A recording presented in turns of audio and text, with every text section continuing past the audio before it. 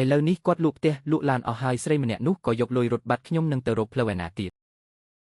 ចឹងបានជាអ្នកទាំងអស់គ្នាគិតថាគូស៊ីងីបោកមែនទេ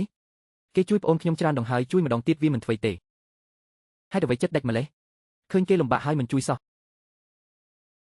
ខ្ញុំមិនធ្វើខុសដែលជាលើកទី2ទេបើអ្នកមិនទៅវិញទេខ្ញុំនឹងហៅប៉ូលីសហើយម៉ាក់ទៅវិញទៅនេះជាកំហុសខ្ញុំគេមិនជួយក៏ត្រូវហើយខួរក្បាលមិនចេះគិតទុកឲ្យស្លាប់ចុះខ្ញុំលែងខ្វល់ហើយ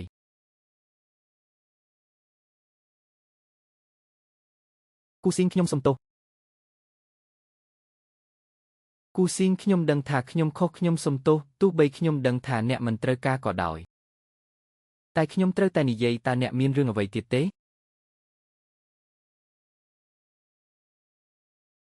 សុំជាគេអស់សង្ឃឹមនឹងខ្ញុំមែនមិននឹកស្មានថាអ្នកដាច់ខាតដល់ថ្នាក់នេះបងលីននិយាយត្រូវគុំលូកដៃរឿងវាសនាគេជីវិតមានតែម្ដងមិនបាច់ទៅរែកពន្ធកម្មជំនួសអ្នកណាទេគ្រាន់តែរស់នៅជីវិតខ្លួនឯងឲ្យល្អទៅ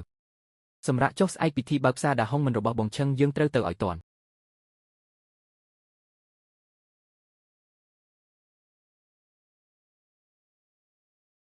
គូស៊ីងប្អូនមកហើយការឡាយថ្ងៃនេះសង្ឃឹមលើប្អូនទាំងស្រុងហើយសមត្ថភាពឡាយរបស់ប្អូនពិតជាអស្ចារ្យណាស់ពួកយើងចង់ជួបប្អូនមកដឹកនាំក្រុមការងារនេះប្រាក់ខែ30,000បូករួមភាគហ៊ុន5អរគុណបងឈឹងដែលជឿជាក់ខ្ញុំនឹងខំប្រឹងឲ្យអស់ពីសមត្ថភាពអ្នកគាំទ្រទាំងអស់គ្នាផ្សារយើងមានសម្លៀកបំពាក់រាប់រយប្រភេទវិនិយោគជាង 1000 លានផលិតផលគុណភាពខ្ពស់រួមទាំងការធានាលើសេវាកម្មទៀតថ្ងៃបើកសម្ពោធនេះខ្ញុំមានប្រូម៉ូសិនពិសេស10មុខសម្រាប់អ្នកទាំងអស់គ្នាបងឈឹងថ្ងៃនេះប្រហែលអាចលក់បានដល់100លានមិននឹកស្មានថានៅកន្លែងតូចបែបនេះក៏អាចមានអ្នកឡាយឆ្នាំបែបនេះដែរខ្ញុំដឹងតាំងពីដំបូងមកថាគាត់មិនមែនមនុស្សធម្មតាទេមិននឹកស្មានថាគាត់ល្បីលឿនបែបនេះកាលពីមុនគាត់មិនទាន់សមត្ថភាពព្រោះតែអើឈៀងខ្ញុំពិតជាខុសមែនបើខ្ញុំមិនធ្វើបែបនោះប្រហែលជាមនុស្សដែលដើរលើកម្រាលព្រំជាមួយគេគឺខ្ញុំឱកាសនៅចំពីមុខខ្ញុំស្រាប់តែបែរជាបិទភ្នែកព្រោះតែភាពលោភលន់អើឈៀងមានគេប្តឹងអ្នកពីបកិច្ចពន្ធទៅជាមួយពួកយើងទៅពេលនេះគាត់ប្រហែលជាស្ដាយក្រោយខ្លាំងណាស់បងធ្វើបានហើយធ្វើបានល្អជាងការរំពឹងទុកទៀតអរគុណគ្រប់គ្នាដែលជួយខ្ញុំជាពិសេសអរគុណដល់ប្រពន្ធដែលតែងតែនៅក្បែរគាំទ្រខ្ញុំប៉ាយថាប៉ាខ្លាយជាអ្នកឡាយល្បីគ្រួសារយើងរៀបចំជប់លៀងអបអរឲ្យឈៀងក៏មកដែរទៅជួបជុំគ្រួសារជារឿងសប្បាយមិនមែនហីហេតុអ្វីធ្វើមុខស្រពោនបែបនេះទៅឈៀងក៏មកចូលរួមជប់លៀងជាមួយយើងដែរគេមកធ្វើអីលើកមុននិយាយច្បាស់ហើយមិនមែនការយូហ្វិនមើលចុះដូចស៊ូមីទេដូចស៊ូមីមែនមិនក៏ធ្លាក់ខ្លួនដល់ថ្នាក់នេះសង្លានមកវិញ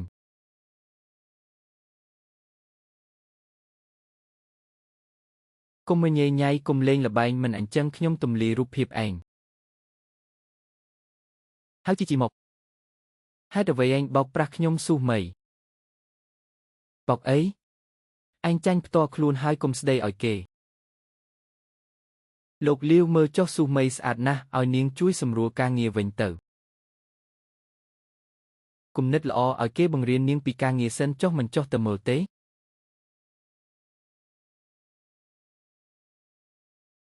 ទៅចុះ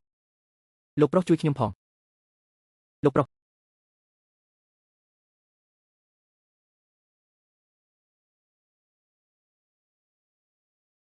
លោកប្រុសប៉ាម៉ាក់នូនួនខ្ញុំនឹងយូហ្វិនត្រឡប់មកវិញហើយនឹកប៉ាម៉ាក់ខ្លាំងណាស់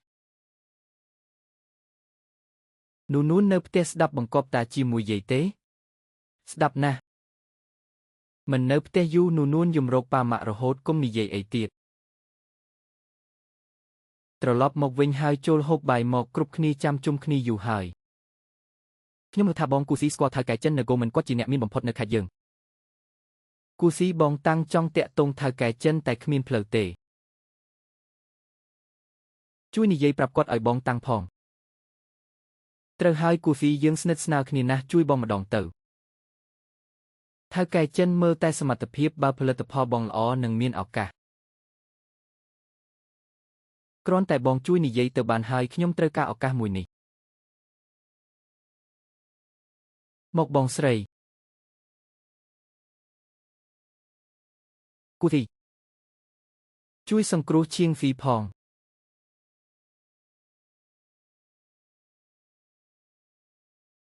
គូហ្វឹងឯងនឹងឲ្យជាងធំឡើងជាមួយគ្នាឯងកុំមិនជួយឲ្យសោះណាបងស្រីឲ្យជាងមានរឿងអីគេធ្វើជំនួញជាមួយសៀវហ្វឹងមិនថ្ងៃនេះមិនមកគេបែកគ្នាហើយធ្វើការខ្លួនឯងមិនក៏បែកគ្នាឲ្យជាងមិនល្អឆ្នាំមុនបាន6លានតែចែកគូស៊ីតិចពេកទើបគេបែកគ្នា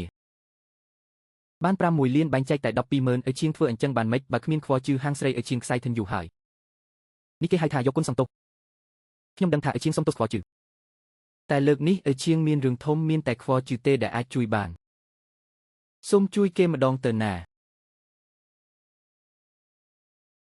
មានរឿងអីឲ្យជាងត្រូវបានគេប្តឹងរឿងកិច្ចពន្ធឥឡូវគេចាប់ឃុំខ្លួនហើយបើមិនសងពន្ធទេនឹងត្រូវជាប់គុកអ្នកក៏ដឹងថាពេលមុនយើងជំពាក់បំណុលគេច្រើនយើងលូកផ្ទះលក់ដីសងគេអស់ហើយឥឡូវគ្មានលុយបង់ពន្ធរាប់លាននេះទេទើបអ្នកនឹកឃើញដល់ខ្ញុំមែនទេត្រូវហើយខ្វល់ជឿអូនជាអ្នកផ្សាយល្បីរកលុយបានរាប់លានក្នុងមួយខែគ្រាន់តែបង់ពន្ធនេះជួយគេទៅឲ្យជាងនឹងបានចេញមកតាលុយដែលខ្ញុំគម្រប់មកទាំងលំបាកហេតុអីត្រូវយកទៅបង់ជំនួសឲ្យជាងហើយខ្ញុំក៏គ្មានលុយច្រើនដែរខ្វល់ជឿឯងស្គាល់ថៅកែធំច្រើនខ្ចីគេទៅគេប្រកាសជាឲ្យខ្ចីសិនជឿឲ្យច្បាស់ណាស់ហេតុអីខ្ញុំត្រូវយកចំណងមិត្តភាពរបស់ខ្ញុំទៅជួយឲ្យជាងហើយខ្ញុំជាមួយឲ្យជាងលេងពាក់ព័ន្ធគ្នាហើយពេលធ្វើការជាមួយគ្នាខ្វល់ជឿបានដាស់តឿនឲ្យជាងច្រើនដងតែគេមិនស្ដាប់ឥឡូវជួបរឿងអីក៏ជាកំហុសខ្លួនឯងសិនជឿអ្នកត្រឡប់ទៅវិញចុះរឿងឲ្យជាងខ្ញុំជួយមិនបានទេខ្វល់ជឿហេតុអីឯងចិត្តដាច់ម្លេះចង់បិទផ្លូវរស់ឲ្យជាងមែនទេបើមិនជួយទេខ្ញុំនឹងឪពុកគេនឹងលុតជង្គង់មុខផ្ទះឯងមិនទៅណាទេឲ្យអ្នកភូមិឃើញថាខ្វល់ជឿឯងអប្រិយប៉ុណ្ណាចង់ប្រើវិធីខ្វក់មែនទេខ្វល់ជឿ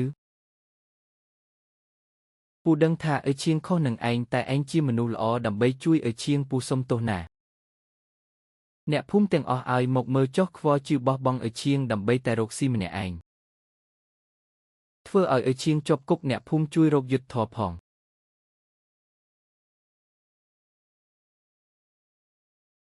ខ្វល់ជឿឯងធ្វើបាបបងប្អូនខ្លួនឯងមិនខ្មាស់គេទេហីលុយដែលរកមកដោយអយុត្តិធម៌នេះមិនឈឺចាប់ទេហីអ្នកមីងហេតុអីនិយាយរឿងខ្មៅជាស្បែបនេះអ្នកធ្វើបែបនេះដាក់ពួកយើងក៏ព្រោះតែឯងបង្ខំទេបើឯងយកលុយមកឲ្យលឿនជាងនេះខ្ញុំត្រូវការធ្វើដល់ថ្នាក់នេះទេមើលកិរិយារបស់ខ្វល់ហ្វឹងចុះក្នុងពេលយើងសុំគេបើមិនចង់ឲ្យរឿងដល់ណាដល់ណីកុំឲ្យខូចទាំងអស់គ្នាកុំស្មានតែឯងចេះផ្សាយបន្តផ្ទាល់បើថ្ងៃនេះមិនបើកលុយខ្ញុំនឹងប្រាប់ឲ្យពិភពលោកដឹងពីទង្វើឯងបើជឿងរឿងនេះបែកធ្លាយខ្វល់ហ្វឹងនឹងក្លាយជាអ្នកផ្សាយមានប្រវត្តិអាក្រក់ខ្ញុំចង់ដឹងថាអ្នកណាហ៊ានជួគាត់មានរឿងអ្វីឬថាគាត់ក្បត់បងប្អូនថែមទាំងបោកបញ្ឆោតឲ្យគេជំពាក់បំណុលគេមកបង្កហេតុដល់ផ្ទះមិនគួរឲ្យជឿសោះស្មានតែគេជាមនុស្សត្រង់មិននឹកស្មានថាធ្វើបែបនេះស្ដាប់ណាម្ដាយគូហ្វឹងមើលរឿងរ៉ាវនេះចុះខ្មាស់គេខ្លាំងណាស់តាមយោបល់ខ្ញុំឲ្យគូហ្វឹងចេញលុយធានាឲ្យឆាំងចេញមករឿងនេះនឹងចប់ត្រឹមនេះប្រញាប់យកលុយមកបើមិនអញ្ចឹងទេរឿងនេះនឹងត្រូវបង្ហោះលើបណ្ដាញសង្គមគូហ្វឹងនឹងលេងបានឡាយទៀតហើយកុំឲ្យរឿងកាន់តែធំអត់ធ្មត់ចុះ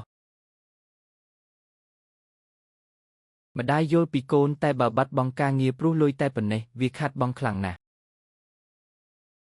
គូហ្វឹងបើមានសមត្ថភាពរកលុយបានថ្ងៃក្រោយរកទៀតក៏បានឲ្យឆាំងមិនដូចកូនទេជីវិតគេមានតែប៉ុណ្ណឹងកូនត្រូវជួយគេនេះមិនមែនជួយទេពួកអ្នកកំពុងគំរាមខ្ញុំមែនទេគូហ្វឹងមិនថាកុំញើញយូរអត់ទេដោះស្រាយឲ្យចប់ល្អជាងកុំឲ្យខ្មាស់គេដល់លើអ៊ីនធឺណិតអត់ទេអ្នកភូមិយើងនឹងមិនហ៊ានងើបមុខទេមេភូមិអ្នកមិនសួររឿងដើមហេតុទេខ្ញុំស៊ើបដឹងហើយថាគឺអ្នកដែលធ្វើឲ្យឆាំងជំពាក់បំណុលលុយនេះអ្នកត្រូវតែចេញអ្នកមើលឡាយដល់ 3,000 អ្នកហើយ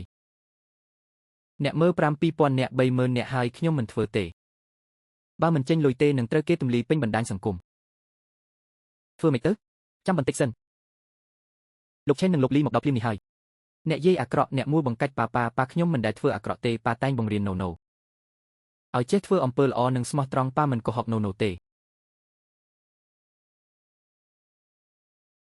ណូនៅក្មេងណាស់ទោះស្អប់ខ្ញុំក៏មិនគួរវីក្មេងដែរវីហើយមិនវិញ